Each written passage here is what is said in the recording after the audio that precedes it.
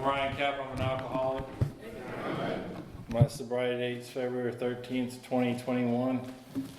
Wow, this is a big group. I'm a little nervous. I mean, obviously, I'm not a public speaker, and I'll get to my story. But getting here, I had a lot of fear build up, and well, before getting to AA, I remember coming to meetings and just going to meetings where you didn't have to share, you didn't have to speak, and be the first one in, first one out. Now I'm being asked to share, and so it's a privilege to be asked to speak. Thank you, Daniel, for asking me.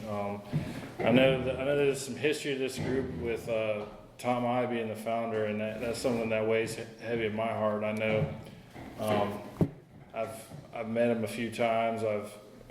My sponsor's sponsor his sponsor was Tom I, and so I've heard stories. I've heard him talk. He was just a leader in AA. Obviously, I'm sure y'all have heard stories, but it's kind of so surreal for me to be speaking at his home group and where he founded this home group. But I'll probably touch more on that because it does mean a lot to me. It might sound corny and all that, but it just does. I have a home group. It's the Cleveland 12-step group. It's in Clayton, North Carolina. I have a sponsor, Robert Fry. He's been a great sponsor. We meet every Wednesday, and then I also have another commitment that we started with Robert and Kelly started another group out in Dunn called the Way of Life group, and that's good. Just kind of seeing how a group grows or starts and grows. That's just been an interesting process to watch. I live in Morrisville, which is not, this drive isn't too bad to me. To me, it's kind of peaceful. My wife's in Puerto Rico, and so my sister-in-law kind of watched the kids, and I drove out here. So, but that's the kind of stuff that sobriety gave me. And I'm saying some of this to say, because sometimes if I would get asked to talk, I'll stay drunk the whole time, and I don't share any experience of what it's like now. It's an extremely different way of life for me. I said I was nervous. I remember I got up to speak. I haven't spoke much, but I've been asked to speak a few times. And one time it was at Sandy's group, and I say this all the time. After you talk, you usually get in line, and people will say, "Good job, good job." And but I was like, I'm going to get up here and I'm going to let God take over, and then I'll bring the message. And after the talk, she's like, "Hey, it looks like God never took over." I was already nervous and like, man, I did a bad job. And then she, you could think it, but don't say it after. And then it's just, I remember one time I was speaking at Dixon's group, and my brain just froze on me. I was like, oh gosh, I just left. I had never had that experience. When drinking and all that, I've had my brain leave me, but never, sober. And I was like, uh-oh. And I did catch myself and ended up talking. But yeah, I remember I sit here and worry about all kinds of stuff, what y'all think and stuff like that. Those are some of those fears that are still with me. But anyways, my job is to tell you in a general way what I used to be like, what happened, and what I'm like now. I think Tom I and passed that along to Steve, and Steve passed it on to Robert. Robert passed it on to me. Alcoholics. A lot of people like to go to closed meetings and all those, and those are great. But I love speaker meetings because you get. For me, it was a sense of hope. I'd hear someone speak and they were like this, and then they got like this. It was just, to me, it was just really powerful, and it still is. Me personally, I like speaker meetings the best. Well, not when I'm speaking, but I like just sitting there and hearing. I've never been to, Robert and some of my other buddies say I'm hard on speakers, but I don't know where that comes from. I think if y'all know anything about Steve or Third Tradition, they're all kind of hard on some of that drug talk and all that. So I'll try to keep it to the singleness purpose of alcoholism. And but anyways, I grew up in Dallas, Texas. I had a loving mom and a loving dad. Looking back, I think it was a good upbringing. I had almost everything I wanted, growing up, and my dad worked for like Mass Mutual and some other chemical companies. My mom was a nurse, and they sent me to a Catholic school growing up. It was St. Michael's or something like that in Dallas, Texas, and they put me, instilled that in me. They wanted to bring me up in Christian principles and all that. And they obviously they used their hard-earned money to put me in the private schools. I was blessed to have that growing up. And I had a grandma that kind of was like watching over me too. She lived with us, and that was cool. I didn't have any. Looking back, I didn't have much resentment or anger towards how I was raised. When I was about 11, my dad moved us to, my dad got a new job in North Carolina, so we moved to North Carolina, and it was just minor stuff, like you leaving your best friend and all that, and there's one thing that I just do remember from an early age is I remember feeling a lot of fear. That's one thing I do remember. So much so that I'd go to like psychiatrists and stuff like that, and it was at an early age. Like I remember just staying up at night and worrying about that kind of stuff. So from the earliest age that I can remember, I had a lot of fear. I've heard someone say, if they could describe alcoholism with one word, it would be fear. And for me, I can definitely relate to that. I mean, man, I had so much fear. It wasn't until I got sober that some of those, I started to experience other things like anger, resentment, lust, and all the other character defects. But I always knew I had fear, for sure. I wasn't one of those guys that came in and didn't think I knew. Because again, I told you, I used to come to meetings and I would hide and go to meetings that I didn't think I was going to get called on, or stuff like that, or speaker meetings, because I knew I wouldn't get called on. And here I am, speaking. I mean, I'm hopefully past all that, but I have been taught that to get over fear, you've got to have faith and do things like this, and that gets you through it. And it's been my experience that it does work. So again, I just remember having a lot of fear growing up. But I had good friends, or I had a good childhood because I played like soccer, sports, baseball, basketball.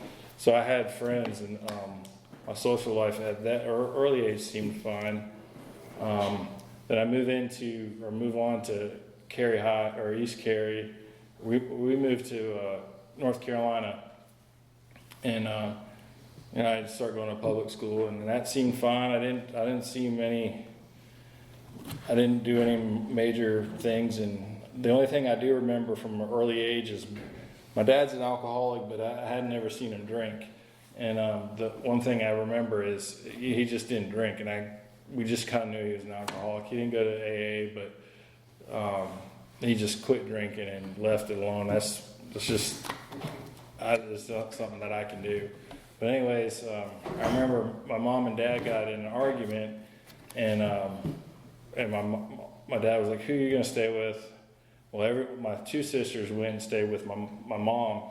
So I was like, I felt guilty, so I was like, I'll stay with my dad. And anyways, that night, I remember going to like Food Line or something, I can't remember, but I do remember, I'm like 11 years old, but I remember him going to the beer aisle and picking up some Budweiser, and he was like, I was like, "Dad, that's alcohol, or alcoholic beer." And he said, "No, it's non-alcoholic, see?" And I remember at an early age knowing, no, that's, I don't know how I knew, but I knew it was alcohol, or, beer. And so I remember that night he got drunk, it wasn't an experience that I wish, but, after that night, he didn't drink again for, 8 or 9 years. And my mom and dad kind of back and forth getting together, or they never got a divorce, but they were separated, so they stayed together. It was just minor stuff like that from an early age, nothing extremely out of the ordinary for me in my childhood. So I'm going to East Cary. I could leave East Cary, you know, I do stupid stuff, like, the teacher, like one of my friends mooned the teacher, and so I saw him, so I mooned the teacher, and, you know, stuff like that, and I got caught, so I got suspended. And one time I was riding home from school on the bus, and I thought it was funny to take some chalk and crush it up and pretend it was cocaine, and the bus driver saw it, and then he suspended me. So it's just minor stuff like that. Told my sponsor I wouldn't bring up too much drugs, but that's pretty much all I'm going to mention as far as drugs. Yeah, and I got suspended, and I remember having to walk home, and it took me like 3 hours to walk home from school. Just again, minor stuff. You hear stories all the time from the podium. I'm like, man, I remember speaking at Central Prison, and I was like, man, I gotta jazz it up a little bit, because mine's kind of corner. It's kind of, I don't know, soft or weak. It's amateur, and I mean, but it's my story, you know. My drinking, which I'll get to, took me pretty dang low.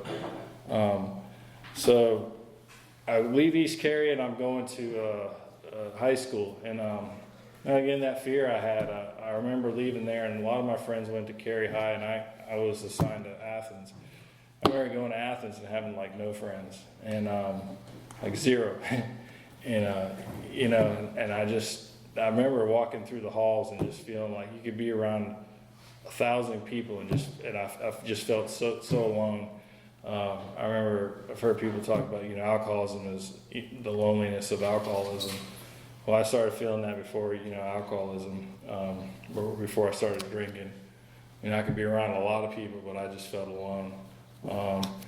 It's just that loneliness that so I remember distinctly, you know, just trying to like want to navigate on how I can change that to be like cool or popular. I remember I didn't like being like having no friends. I wasn't too interested in getting good grades and all that. I mean, I wouldn't say I wasn't interested, but I was more worried about being cool and popular and good at sports at that age. So I remember I had one buddy that lived in a neighborhood near me, and he ended up getting friends, and he was on the wrestling team, and you know, but we were good friends, and he was loyal to me, so we would hang out. And I remember him and another buddy, they started drinking, and again, I'm full of fear. So I was like, they were already starting to drink, and I'd push it off. I'm about 16, 17, I remember, you know, hear a lot of people in AA, they started drinking at 8 or 9. And then hats off to them, but for me it was like I was 17, and I heard another speaker, Dixon, he said his first drink was, I can't remember, but if he would have known, he would have drank something cooler. And that was kind of my experience. My first drink was like a licorice, like a wine cooler, not wine cooler, but a liqueur. I was drinking like whiskey or a beer. I love beer. I was a beer drinker. I wasn't too much into liquor, but I love booze or alcohol or beer. But anyways, I remember taking one shot, and because I wanted to fit in, these guys kept kind of pushing me, and I took one shot, and I was like, it didn't really do nothing. And so I remember, you know, taking a couple more. Next thing I know, I'm drunk, like, I don't know, 3 or 4 or 5 shots, something like that. I mean, for your first time drinking, I was drunk, man. And I remember that was like the best feeling ever for me. It was like that spiritual experience for me. It was my first spiritual experience. All that fear just like left me. And I remember one thought was like, this is the best thing ever. And then the other thought I do remember was like, why did I wait so long? Man, like what was I so scared of? And man, I could have been doing this for years. And I think just instinctively I was like, I'm gonna do this as often as I can. All those thoughts just came to my head, and man, that's what I did. I mean, of course, I wasn't a daily drinker yet. I would start out on the weekends, or every weekend on the weekends, and it started turning into things like if I was going to call a girl or something like that, I'd take a few shots. Well, heck, the type of drinker I am, it's not a few shots. It's, you know, half a pint or, you know, it's enough to get you drunk to where, and me, I'm a blackout drinker. I do blackouts and stuff like that. So usually it never ended well, but I started using alcohol as a solution to all my problems, especially like social, fear, anger, resentment, all those things I drink over from the get-go. It was a social event, you name it. I loved it, and I had a lot of fun drinking. I mean, at first it was a lot of fun for me. I get minor trouble early on, but I do remember, like, I started drinking and started missing school and not studying as much, and it got to the point where my grades started slipping. And so I had that, my principal came, or the principal called my parents, and we had a meeting, and it went like, you know, that usual talk you get, you know, he's smarter than this, what's the problem? I don't know if that's all true, but I wasn't dumb, but it never came up in that meeting that I can remember was alcohol or anything else. It was, you know, is it the anxiety, is it the fear, is it the home life? It just nothing was brought up about my drinking. And I didn't think of anything of it either at the time. I thought, man, I just needed to, I had a lot of fear at that time. It started building up. I thought I needed to go to a private school or some small school because this whole social life just wasn't working for me. And these are things like I would never admit before I came to Alcoholics Anonymous, but now, you know, I just don't care. It's just my experiences. I was full of fear, and I used to think, like, try to act tough and all that stuff. But I wanted to go to a school that was small, and like I didn't want to be, you know, having to be cool and all that stuff. So I convinced my parents to send me to Oak Ridge Military Academy. Because it was a smaller school, smaller setting, so I was like, I can go to a class and there'd be like 4 kids, and sure they're gonna like me. I mean, that's the kind of mentality I had from that when I started drinking. You know, there I was drinking. I'd do minor stuff. I'd hide liquor in the ceiling tile and get drunk, and I never got caught. You know, and there, if you would have got caught drinking. My parents did a good service for me. They spent a lot of money to send me there, and I think I had enough respect for them at that time. I didn't cross over the invisible line yet that I wanted to graduate from high school at least, and there was at least enough discipline there to kind of force me to graduate. Is basically what happened. I wouldn't have graduated if it weren't for my parents basically paying for me to graduate. You know, and I started getting arrogant and just kind of cocky. And I remember, like, all those kids they were into discipline, into structure, and I wasn't. I was just in there to graduate.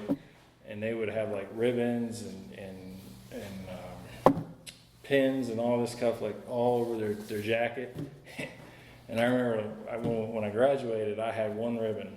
And it was a white jacket. I mean, they were white for a purpose, to have like ribbons all over them. So it was funny. You had to be there again. I'm not the best. I think I'm funny, but sometimes I'm not. But hey, I'm telling you, it was funny because they're like, look at that guy. The guy next to me had like ribbons all. You know, you've seen the military, the generals, 4 stars, and I don't even think I was a corporal. I think I was just a private. And it's not as hard in the military as in military school as it is in the military. So that's pretty bad if you're not even like, I don't know, corporal or something. And so, you know, that's just the kind of person I started becoming, just arrogant. I didn't care about much other than drinking when I could and getting enough grades to graduate. So I graduated from there, and luckily, and I remember after that, this is when my alcohol started to kind of kick in. I got accepted into ECU, but I thought in my head I need to take a year off because I needed a break. This was tough. So I ended up I basically started drinking all the time, and that's when things really took off for me. I was a blackout drinker, I was a heavy drinker, but it became the point where I was drinking pretty much daily. I worked for my dad. My dad at that time started a cleaning business, and I think I'd work like 10, 15 hours a week and then be drunk the rest of the week. And I would do stuff like, I started building up a lot of fear. I didn't think I could work. I'd get drunk before I'd even go this is how much fear was built up. I'd go get drunk before I had to go buff some floors. I mean, it ain't the most highest stressful job, but it was to me. I remember buffing floors at Whole Foods was one of our accounts, and I ran into the wine aisle and just shattered a lot of wine. And I was blackout drunk, and I don't know how I convinced the guy that I was just sick, and my dad ended up keeping that account. But I started doing stuff like that all the time. Get drunk, get in an argument with my dad, and I think one time they tried to take me to Wake Med, and I don't remember what happened, but I think I hit my dad, and they still won't tell me what I did that night. I don't know why. I mean, I've been sober long now. They still just won't tell me what I did. I got drunk one time, passed out in a car, and there was just beer cans all in. It was a white car. My parents were looking for me forever, and they finally came up, and there was just beer cans everywhere. And I was passed out, and I think I told someone that I was going to kill myself. So they rushed the police to get me. And I remember waking up, and the police were there was like 7 of them. And I started fighting, wrestling, and they're like, if you don't get down, I'm going to tase you. So I got down. But just again, stuff like that. I mean, I could go on and on about just being drunk and stupid and no major consequences. Earlier on, it was well worth it to me, the consequences I had. I went from a guy full of fear, couldn't do anything, to a guy that, like, I couldn't talk to a girl. My old sponsor talks about with a gun in my head. Well, I started drinking alcohol. Next thing I know, I go from first base to home run, and stuff like that were happening, and it took me through drinking. So I mean, I'm not going to turn that down. Those were the things that were happening to me through drinking.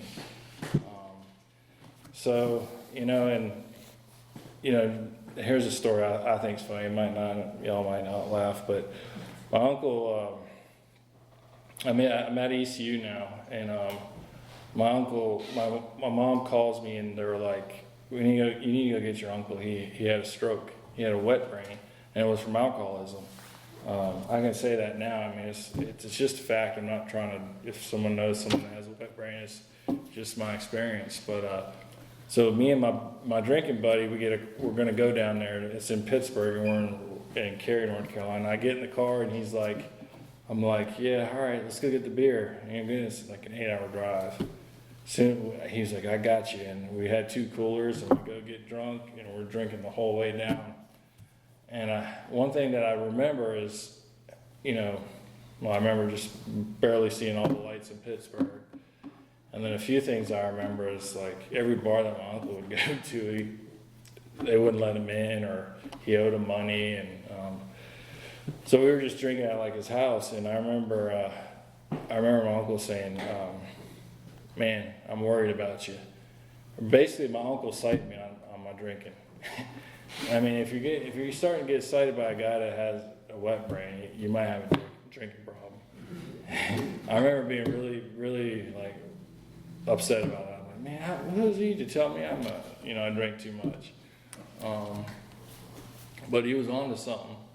And, I remember, so I finally get into ECU, or start going to ECU, and my parents are coming to, the other reason I wanted to go to Pittsburgh was because my uncle had a kegerator. And I was like, man, that's going to be awesome. You can buy a kegerator anywhere. But for some reason, we had to drive 8 hours to get a kegerator. And it was like all old and moldy and didn't work. But anyways, I did bring it back, and I think I drank like 2 kegs off of it. And think it broke or something like that. But yeah, so I brought it back and I'm drinking off it. I remember my dad saying he's coming down to visit. Like, they're proud of me. I'm starting to straighten my life up and all that. I'm going to college. And I had in my head that I'm going to stop drinking while they come. My dad and his girlfriend are coming to see ECU and my room and all the classes I'm going to. And so I stopped drinking. And man, I started going through withdrawals. And it was only like, 6 hours. And I remember like my dad coming up to me and I'm just like, this is the first time I think I ever felt any withdrawal from alcohol. I remember my dad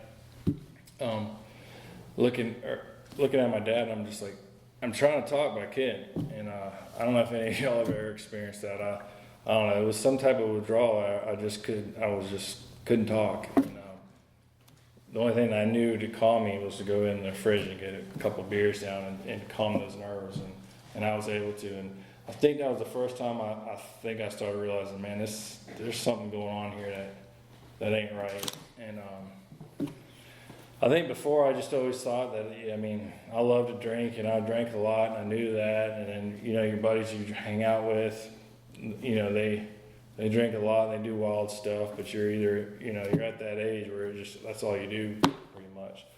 So the consequences, again, for me at that time were well worth it. But now what's starting to take over is my physical, my mental, and, it's not just getting in jail. Now it's like the fears building, the anxiety's building, the physical part to me wasn't as bad. To me, it was just some of the fear and how I was living in life. I got to the point where I remember I couldn't leave the house without getting wasted. And I remember one time calling a cab because I had gotten a few DWIs. So I called a cab and I'm like, take me to the gas station. Now at this point, I'm basically just leaving to drink. I'm not really going out to parties. And, at first it was cool. I was hanging out, having, a lot of fun parties and stuff. Now I'm just drinking to just drink. And, anyways, I called the taxi and I remember him looking at me like, where are you going? I was like, to the gas station. And I get in the gas station and I come out with a bunch of beer. And I remember that look that I got from a taxi driver. He was like, that look. A lot of y'all probably experienced that look I had in my mom's face of disgust. For me, that's one thing that I try to remember when you see like a newcomer or someone that you think's struggling, and you've gotten sober and you've been here for a while. I try not to ever forget that, because if they can't come here, where are they going to go? And no matter how many times the guy's been in and out, I think at least me, I've experienced that look of disgust. So who are we to, when someone comes into AA, to have any type of thing other than being welcoming? So I try to stay mindful of that. And so this is where I remember one night my mom. I started getting the thought that I want to quit drinking. I remember I was living in my mom's house. I'm 28 years old. And I looked down the stairs and my mom's praying and she's reading an Al-Anon book. And I remember, I'm drunk, but I realized that my mom was praying for that book. She wasn't doing it because she thought I saw her or anything like that, but I knew she wanted me to stop drinking, or she was praying that I would stop drinking. And that, for some reason, has always stuck in my heart, and I've always remembered that. And I remember telling her I want to stop drinking, but I can't. I just can't. I don't know how to. I've tried to stop drinking. Before AA, I would try with, exercise, running, whatever, you name it, white knuckle it. I was like, I'm just not capable of quitting drinking. I need this to live, to push down some of the fear. Luckily, my mom had known someone in AA at that time, and she directed me to. I went to Fellowship Hall that was my first treatment center, and I remember not that she really had to convince me at that time, because I wanted to change my life, but it did help. She said I could get drunk the whole way down there, and she'd buy all the booze. So I was like, all right, well, I guess I'll go. And I made sure to get my money's worth. So I drank good and hard that way down there. And I remember sitting in, this is my first experience with meetings or anything. I remember being just lit and arrogant in those meetings and being, I'd hear someone share about God, and then I'm sitting there, yeah, God and all this, and I'm drunk. But no one really said anything to me. I think the one thing I do remember from that first treatment center, obviously I didn't stay sober, was that they took you to AA. I don't remember exactly what they taught me, but I do remember they took me out to meetings, and I started getting a little bit of hope. I don't think it's planted a seed for me.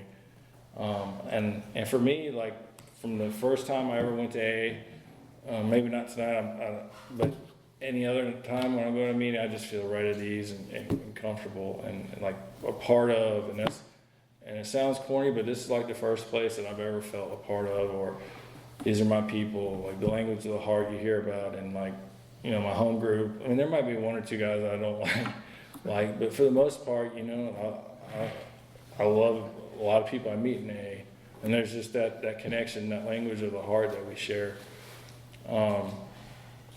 But anyways, I left there and I didn't get sober. In fact, I got drunk I think on the way home from there. And it was kind of bad because I remember there was like a year anniversary in Greensboro. My parents went, and they thought I was still sober and stuff. And I went there and drunk, and picking up a white chip, or not a year chip, or something like that. I can't remember. This is where it started being foggy. And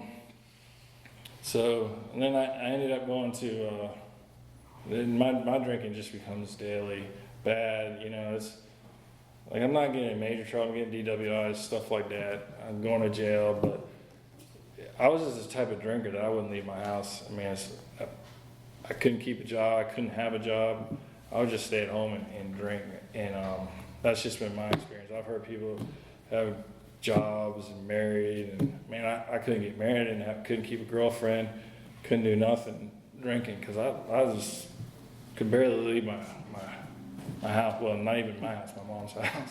I'm 29 years old. So off to Holly Hill, I go to another treatment center, same kind of stuff. But the thing that did happen is I remember leaving there and I joined a group in Cary, and again, my experience was I'd hear people share, and I loved that speaker meetings, and I began to gain a little bit of sense of hope that I could change my life around. Someone would share about how their experiences, and I still had a little bit like, it worked for you, but you don't know, I got more anxiety, fear than you got, and I can't even work. I'm scared to work. I don't have a job. I've never had a job. All that kind of stuff. But I started going to AA, and again, I'm lucky that I've been blessed. I didn't hate AA. I didn't have that experience of hating AA. But at the same time, I might not have. I don't know. I wasn't like, AA is not for me. I just kind of had the back of my head. It's not going to work. But I started sticking around long enough to where, through osmosis, Dean Coley talks about stuck around through osmosis, and some of that principles started working through my life, and my life started to change. All the things that people teach you in AA, get a sponsor, get a home group. I got a sponsor, Steve, and I got a home group, principals group of Raleigh. All my life started to change, and what I was always taught too is if you make AA a way of life, your life will start to change. Not you need to go to school, or you need to study, or get a job, and then your life will, if not fix your problems, but just make AA a way of life, and then the rest will just start coming. And it's been my experience that's what's happened. And this sounds so like, yeah, come on, like, but I got a job. I mean, it wasn't like a high-end job, but it was a decent job. I got a girlfriend or a wife. Ended up a girlfriend, and I actually met her. I was mopping some floors, and she was like a nurse practitioner, and she's, I was only sober like 30 days or something like that, and I ended up convincing her to go on a date with me somehow. But I've been married with her ever since. Again, started just practicing the principles as this is a way of life. My life started to change. I didn't do anything else other than, I applied for a job and all that, but I just remember everything. When I wake up in the morning, my way of life, my thinking was, about my sponsor. And ever since I've been my heart's been in it. Like, it's like, my arteries, or my heart's like feeding my arteries. Everything I do is like AA first, and then the rest of the things just start to come in place. I got a sponsor. I got friends at the principals group. My sponsor started to take me into Polk prison, and then we went there, and then religiously, and that's, Tom and I was big into prisons, and then I started we had some issues there, but that was like a 40-minute drive, but that was just like a fellowship and experience that, helping other people. I remember going into the meetings, and they would close the gates, and for some reason I just felt the most at peace in those meetings. And this just was my experience. You started helping people there. I started learning, like, by helping people, you start worrying less about yourself. And that's been instilled in me from early on, and it's been my experience. I'm going there, and then we go to Central. We left there, started going to Central Prison, and then we moved to a jail. And then, so part of my story is, I'll touch on this real quickly. It's hard, for me not to mention it, but I had some time sober, and then I relapsed. But I think what happened to me was I started going through some fear, and instead of the principles I learned in AA, I kind of stepped away from that. And it's like 6 and 7 talks about going through it, trusting God and faith. I just started. I was dishonest to my sponsor, and I kind of pulled back from AA, and I ended up going to a doctor, and they put me on some medicine that you shouldn't be on, in a red flag medicines like benzodiazepines, and so I started feeling guilty, and pulled out of AA, and then I was drunk, and within 2 weekends, I'm just where I started. And I ended up getting a DWI. I got drunk. I'm like, well, it's been 9 years. I'm going to go all out. And I sure went all out. I ended up I had in my head I was going to go to Key West. Drive to Key West. I made it to South Carolina. And I was drunk the whole way. I don't remember much about it. I remember one excursion where I was trying to go into a gentleman's club, and they wouldn't let me in because I was too drunk. It's kind of rough, they won't let you. Anyways, as that kind of stuff happened, the next thing I know, I'm in a jail, just like that. So it's been my experience. I think at first it was excruciating for me to admit, but I think it can help someone. Of course, you don't want to do that, but. If you think like and it talks about it in the book, you go 20 years, 30 years without drinking, you think, it left right where I left off. And I'm sitting in a jail cell, and this fear hit me like no fear I've ever felt in my life. And I had a 3-year-old at the time, and my wife was pregnant. That's the kind of guy I am when I'm drinking. She's sitting at home pregnant, worried the crap out about me, and I go from a responsible person to overnight a drunk that doesn't care and is going to Florida, leaving my wife pregnant and kids just overnight. Like, my mindset just shifts completely, and this fear came across me. Like, I remember when talking about Tom I, Tom I's story. He killed someone while drinking and driving, and that thought came in my head, like, what if I killed someone? I don't know what I did. And that fear just hit me like no other. And I remember in my head, I was like, well, I know the solution, and the solution is to get back in AA and be as completely honest as you possibly can. And I knew how painful it was going to be to tell my sponsor. If y'all know Steve, it was painful to me to go make right what I had done wrong. But I knew I had to do that to stay sober. And my experience, and that's what I did. Called him, he directed me to go under Robert, and my life has been different ever since. It's been the best. I've been right back on the path, and it's been a great way of life. And some of the things that, I made amends to a lot of people, so I didn't have to go completely back through the steps, but I knew I had to make amends to my old sponsor, Steve, and make amends to my wife. And that's one thing that I did. I remember my wife, she just started crying. She said, "I just don't want you to drink again."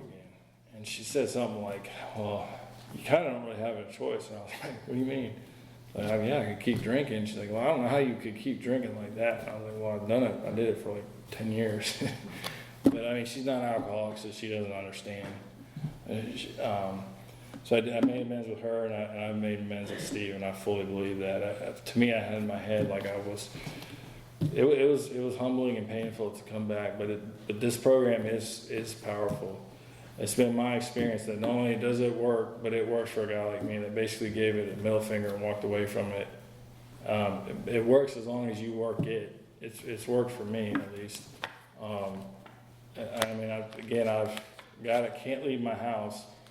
The things that have happened through me in sobriety have just been mind-blowing. I don't say this I'm not saying this to brag or anything, but I think if people live this as a way of life, you hear it all the time in speaker, someone, I don't know, gets in jail or prison, they get out and they live this as a way of life, they change their life completely. They get married, they live a free life, or they get a great job, career, married, and all that stuff. And I just hear it all the time in speaker meetings. And my sponsor tells me to make sure I mention those things because it's a program of hope. And this way of life, this sober way of life, has put me on a path that has been positive and powerful. I got a job, a good job now, and all these things I keep talking about were just God things. Like, again, I didn't go back to school and study and do all these things. I just went back into AA, put this as a way, or focused in AA. Some of these things started happening. I mean, it's going to sound really corny, but I got a good job, and I pointed all to AA. And same thing with being married, that pointed all to AA. And then like the other day, I started being more faithful and praying more into God and things that are happening. I had a job interview at the company that I'm at. I had a job interview, and I just got a promotion. Those are just things that I couldn't have faced without AA. It's taught me a way of life to go through fear, 6 and 7. It's where if I didn't have AA through that process, I would read and pray at night and meditate. But if I didn't have that, when I started pulling back from AA, my mind would race, and I just couldn't face those kind of things. So I've learned that when things go good or bad, just to plug more into AA, and good things start to happen. And it's just enjoyable now. I went to Rockfish that Daniel was at, the CFC. I went to Atlanta. All my friends are, for the most part, in AA. I enjoy it. I got a wife and kids, so I can't go as much maybe as I want to. But my wife pretty much lets me go to all that I want to. But a fellowship has grown above me. And then the other thing, when I went through coming back into AA, I thought, man, they don't want me here. It was during the Zoom time, so I would Zoom in. Do I know anyone? It's on the computer. I'm like, yeah. And AA doesn't want me back. But my experience was, my first time I got asked to speak at my home group, I saw Steve come in, I saw Randy, I saw Hayward, and they were there to, it was powerful. It was like the language of the heart. We're here for, they didn't say this, but I knew it was because they were here for me. You're back, we got you. We're here with you, we're going to walk this path with you. And that was one of the most powerful things to me. Those kind of things just have happened. Again, I made complete amends to them. My amends wasn't too long, and that was through the help of my sponsor. A lot of things didn't really happen through my extreme drunkenness. Bill talks about it. Loyalty to his wife was helped by extreme drunkenness. That was my case, I mean, I just was so drunk, no one really wanted to have anything to do with me. But, I mean, it's been a great way of life. I've started to talked about before, I've gotten closer to God, and I'm able to meditate, pray, and all those things more. Well, it helps that my mind's not racing as much, so I'll read more at night. I've never been a huge big book guy, thumper. I mean, I'm heavy in the program, but I'm just not, like, I don't read like crazy. But I've read through, like, the past couple of weeks, I read from front to back. It's kind of embarrassing to admit, I've been around 13 years, and it's, anyways. But yeah, it's been a great way of life. I'm sorry, Daniel, you must have been very desperate to call me to get me to speak, but last thing I'll say, I had at work a guy, like, he's funny, but he was like, the IT guy, I'm in facilities, and the IT guy comes up and says, hey Rick, we need your help. And he's like, man, you guys must really be hurting. That's kind of what I was thinking when Daniel asked me. I was like, man, you guys must really be in trouble. But it's a great way of life. Thank you.